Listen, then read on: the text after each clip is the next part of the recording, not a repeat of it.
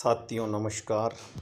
कृषि पर्यवेक्षक भर्ती 2018 की नियुक्ति की लिस्ट जारी होने के बाद कई प्रकार के सवाल हमारे सामने आए हैं। हम इस वीडियो में सबसे प्रमुख सवाल जो आपके मन में चल रहा है वो है शेष रही 227 सीटों का क्या होगा तथा किस वर्ग की कितनी सीटें हैं। इस सवाल का जवाब हमने इस चयन सूची के जारी होने के बाद ढूंढने का प्रयास किया और पूरा मंथन किया। तो हम इस मंथन को इस वीडियो के माध्यम से आपको पूरा बताएंगे और बताएंगे किस किस वर्ग की कितनी कितनी सीटें संभावित रिक्त हैं जिन पर अभी नियुक्ति होना शेष हैं तथा उस वर्ग के अभ्यर्थियों को निश्चित रूप से लाभ मिलेगा और मेरिट नीचे जाएगी। ये सबसे बड़ी बात निकल कर के सामने आई है। तो हम जो 1448 चयन सूची नियुक्ति की लिस्ट जारी होने के बाद उस सूची को लेकर के जो मंथन किया गया और उससे जो बात निकल कर के सामने आई है वो हम इस वीडियो में आप तक पहुंचाने का प्रयास करेंगे। तो आप इस वीडियो को पूरा देखें और लगातार सहयोग बनाए रखें।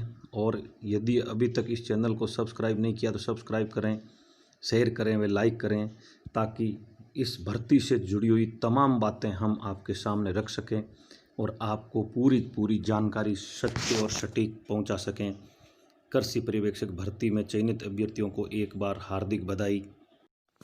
साथियों, इस वीडियो में सबसे पहले हम जो हमारी भर्ती निकली थी 1590 और उसमें बाद में ये 64 पद MBC के जोड़ के बढ़ाए गए थे, तो इनके पदों का गणित किस प्रकार से वर्गीकृत किया गया था वो जानना जरूरी है। तो सबसे पहले हम बात करते हैं जनरल की। तो 560 ये सामान्य पद हैं, 161 महिला के हैं, 63 ये विडो के हैं और 15 परित्यक्ता के हैं। कुल मिलाकर के 799 पद की भर्ती निकाली गई जनरल वर्ग के लिए। इसी प्रकार से बात करें OBC वर्ग के लिए तो 231 OBC सामान्य, 67 महिला, 25 ये विडो और 6 परित्यक्ता, कुल मिलाकर 329 पदों की भर्ती OBC वर्ग के लिए निकाली गई। इसी प्रकार SC वर्ग के लिए 178, 50 पद महिला के लिए, 20 पद विडो के लिए और 5 पद परित्यक्ता के लिए कुल 253 पदों की भर्ती निकाली गई। इसी प्रकार बात करें ST की तो 132 पद सामान्य ST और ये 39 है वो ST महिला और 14 वो विडो और 3 जो है आपके वो परित्यक्ता, कुल मिला के 188 पदों की भर्ती निकाली गई। MBC की बात करें तो 11 + 4 + 64 नए स्वीकृत किए गए और 79 पद टोटल निकाले गए।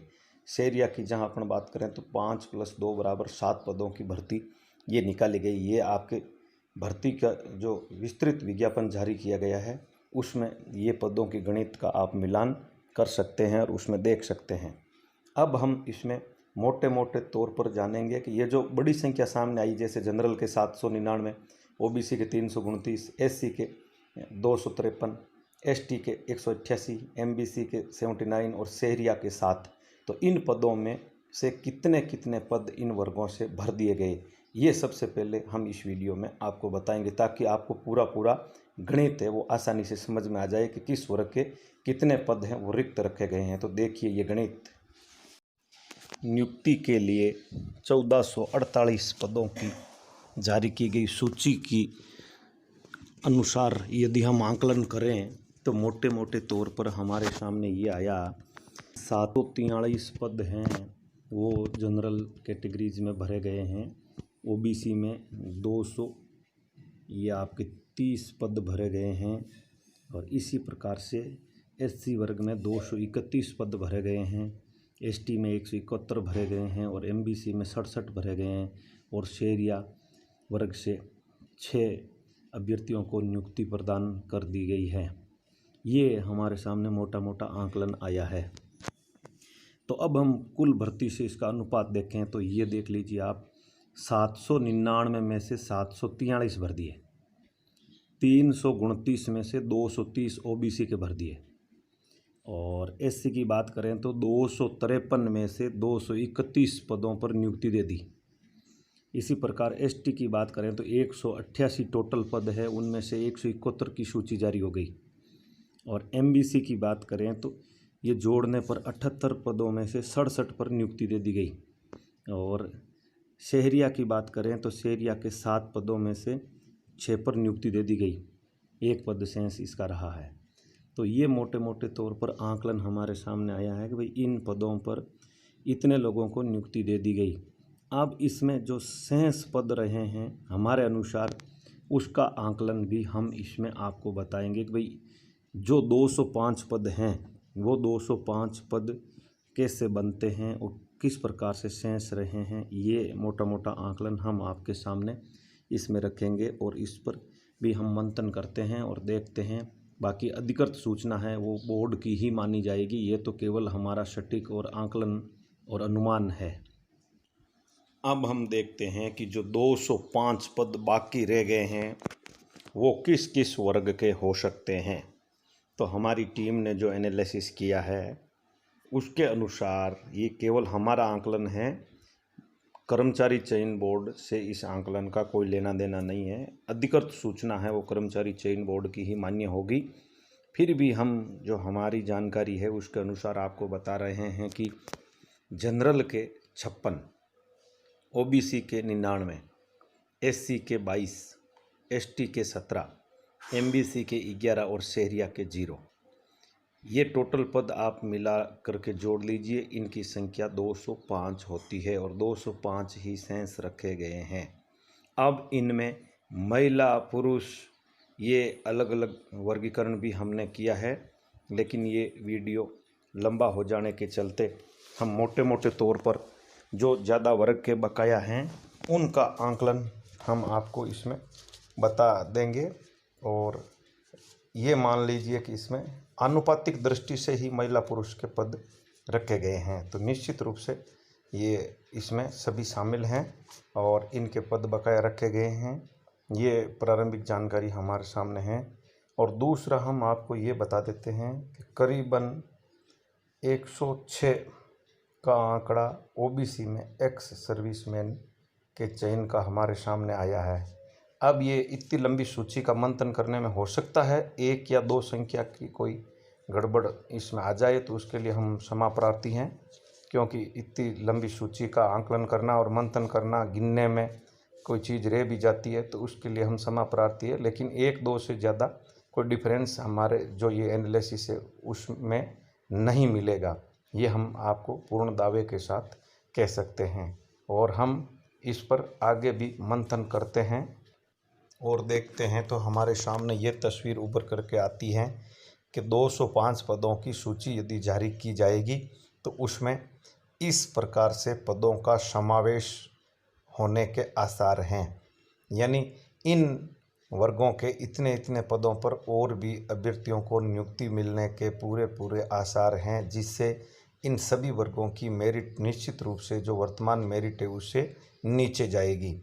अब मोटे मोटे तौर पर हम ये आकलन लगा रहे हैं कि इसमें आनुपातिक दृष्टि से ही आपके वो महिला और पुरुष अभ्यर्थियों के पद बकाया होने की भी जानकारी सामने आ रही है। हालांकि हम इस एनालिसिस में भी जुटे हुए हैं कि महिलाओं के कितने पद बकाया हैं तथा पुरुष के भी कितने पद बकाया इसमें हैं, ये भी हम जानकारी तैयार कर रहे हैं, जो आगामी वीडियो में हम आप तक पहुंचाने का प्रयास करेंगे ताकि आपको सटीक और सही जानकारी मिल सके। फिलहाल हमारे सामने ये मोटे तौर पर अपडेट जो आई है जो हम आपके सामने रख रहे हैं, और अब आगे इस संबंध में क्या होगा ये हम आपको इस वीडियो में और बताते हैं। 205 अभ्यर्थियों की गणित सामने आने के बाद अब सबके मन में एक ही सवाल और सामने आ रहा है, वो ये है कि दूसरी सूची कब जारी होगी। तो हमारे विश्वसनीय सूत्रों ने ये बताया है कि जो डॉक्यूमेंट वेरिफिकेशन के लिए जिन अभ्यर्थियों की सूची जारी की गई है तथा 5, 6 और 7 अगस्त को जिन अभ्यर्थियों के दस्तावेजों का सत्यापन होना है उसके बाद ही दूसरी सूची जारी होने के आसार हैं।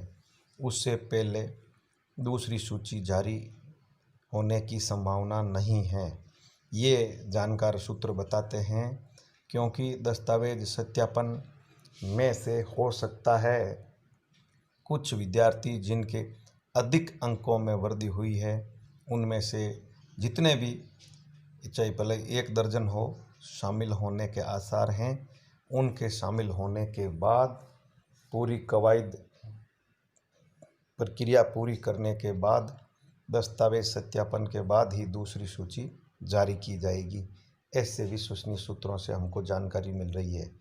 दूसरा सबसे बड़ा और जो है वो ये है कि आगे की नियुक्ति प्रक्रिया किस प्रकार रहेगी, तो ये आपको पूर्व में भी जानकारी दे दी गई है। फिर भी हम इसमें और बता देते हैं कि जिस प्रकार से सहायक कृषि अधिकारियों की पोस्टिंग दी गई थी, पहले उनको आपके संयुक्त निदेशक कार्यालय में भेजा गया था, फिर उनको उप निदेशक कार्यालय में उपस्थितियां देनी पड़ी थी और अलग अलग जगह भेजा गया। फिर उसके बाद में सभी सूचियां जारी होने के बाद काउंसलिंग प्रक्रिया संपन्न करवाई गई। तो उसी तर्ज पर कृषि पर्यवेक्षकों की नियुक्ति होने के आसार लगाए जा रहे हैं, जिसमें निश्चित रूप से ये अभी वर्तमान में इनको उपस्थिति देने के निर्देश या प्रथम नियुक्ति लेने के निर्देश जो जारी हो गए हैं, उससे साफ जाहिर हो गया है कि ये दूसरी सूची आने के बाद ही सभी को एक साथ काउंसलिंग प्रक्रिया द्वारा पोस्टिंग दी जाएगी। तो जगह की कोई चिंता की बात इसमें फिर नहीं रहेगी, वरीयता के अनुसार अपनी नियुक्ति प्राप्त कर सकेंगे। साथियों, ये हमारा अभिनव प्रयास है कि हम आप तक प्रत्येक जानकारी तत्काल पहुंचाएं और आपकी प्रत्येक सवालों का समाधान हम इसके माध्यम से करें। हो सकता है गणित में 1-2 संख्या के आंकलन सही व गणना करने में सटीक नहीं हो पाया हो, तो इसके लिए हम क्षमा प्रार्थी हैं और लगातार हम आपके पास नई जानकारियां इस चैनल के माध्यम से पहुंचाते रहेंगे। तो इस चैनल को सब्सक्राइब जरूर करें, लगातार साथ बने रहें और सहयोग बनाए रखें। जय हिंद, जय भारत।